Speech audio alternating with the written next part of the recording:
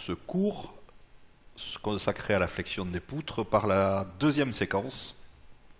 Cette deuxième séquence va nous amener à aborder la partie consacrée à la modélisation et on va s'intéresser aux appuis, aux réactions d'appui et à la définition d'un système isostatique et d'un système hyperstatique. Alors, lorsque l'on est confronté à un essai mécanique, eh bien, naturellement, la poutre va être appuyée. Et pourquoi parler de poutre ? Eh bien, on va parler de poutre lorsque la longueur est beaucoup plus grande que la plus grande des dimensions transverses. Donc ici, l'hypothèse, c'est que grand L, qui est la distance entre les appuis de la poutre, est beaucoup plus grande que les dimensions transverses, à savoir la largeur et la hauteur. En pratique, au moins 4 à 10 fois plus grande. Cette poutre est sollicitée par une force qui est située au milieu des appuis, une force verticale. Naturellement, comme on est en présence de grandeur vectorielle, pour éviter tout problème et toute erreur, vous êtes fortement invité à représenter un repère qui matérialise l'orientation de l'espace. Donc l'axe de la poutre sera appelé l'axe X, l'axe vertical ascendant sera appelé l'axe Y, et l'axe Z dont nous allons avoir besoin à propos des moments, c'est l'axe qui portera les moments, pointe vers vous. Cette poutre est appuyée sur deux appuis, et donc naturellement, on va observer des réactions d'appui, parce que ce qui caractérise un solide, c'est de transmettre intégralement les forces par rapport aux fluides qui transmettent intégralement les pressions. Alors on voit ici deux appuis dont on va préciser le nom. L'appui de gauche est une articulation, l'appui de droite est un appui simple. Et en fonction de la nature de l'appui, eh bien, on va pouvoir définir différents types de réactions d'appui. Alors regardons tout d'abord ce qu'est un appui simple. L'appui simple est modélisé comme indiqué sur la figure avec des petits rouleaux dans la partie inférieure.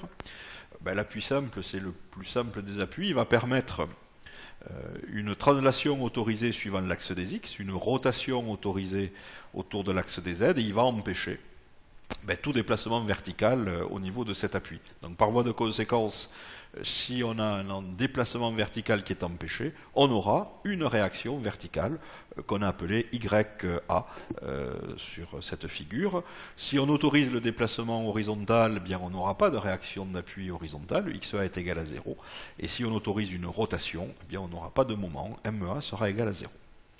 Autre type d'appui, c'est l'articulation, qui ressemble à s'y méprendre à l'appui simple, sauf qu'on n'autorise pas de déplacement horizontal suivant l'axe des X. C'est pour ça qu'il n'y a pas de petits rouleaux situés sous l'appui. Donc la translation est interdite suivant les axes X et Y, et la rotation, c'est le sens d'une articulation, est autorisée autour de l'axe Z. Par voie de conséquence, on a une réaction horizontale, XA, on peut avoir une réaction verticale YA, et pas de moment. Donc MEA est égal à 0. Dernier type d'appui, un encastrement. Alors ce n'est pas le cas de la structure qu'on étudie en flexion 3 points, mais dans le cadre des exercices, vous découvrirez d'autres configurations expérimentales. Dans le cas d'un encastrement, on interdit tout. Donc on interdit toute translation et toute rotation. Donc si on interdit toute translation, on va avoir une réaction d'appui, ou on peut avoir une réaction d'appui horizontale, XA, une réaction d'appui verticale, YA, et naturellement un moment, qu'on appelle un moment d'encastrement, porté par l'axe des Z, MEA. Voilà.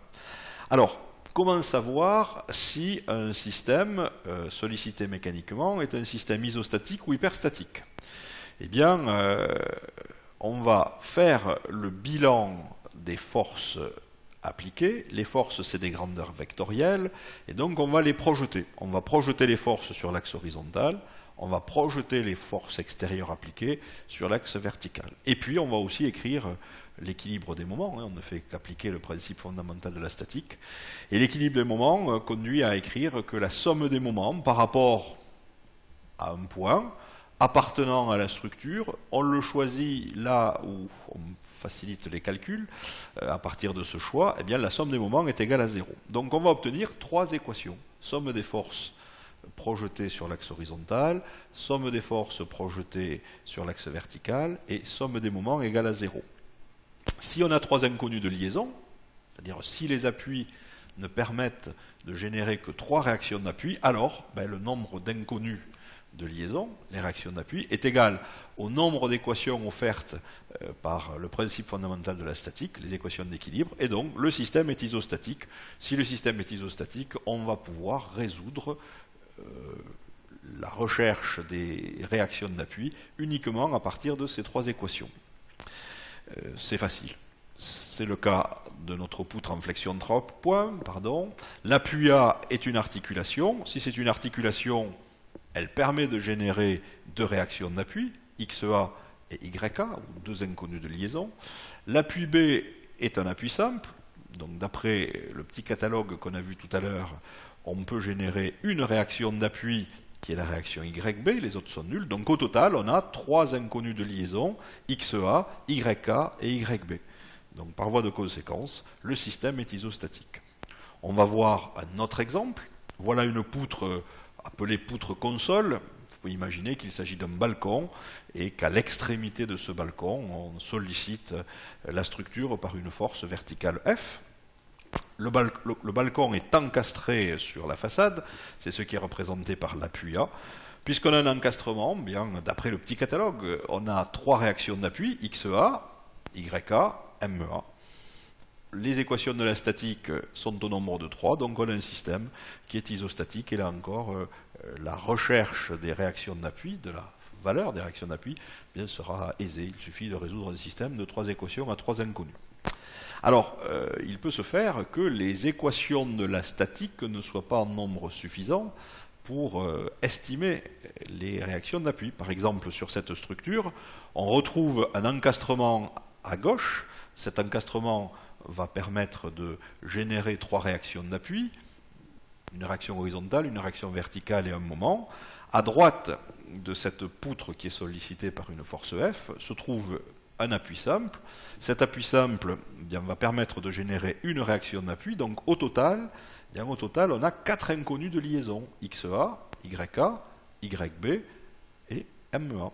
Par voie de conséquence, le système n'est plus isostatique, il est hyperstatique. Et son degré d'hyperstaticité, c'est la différence entre le nombre d'inconnus de liaison et le nombre d'équations disponibles à partir des équations de la statique. Donc ici, on a un système hyperstatique de degré 1.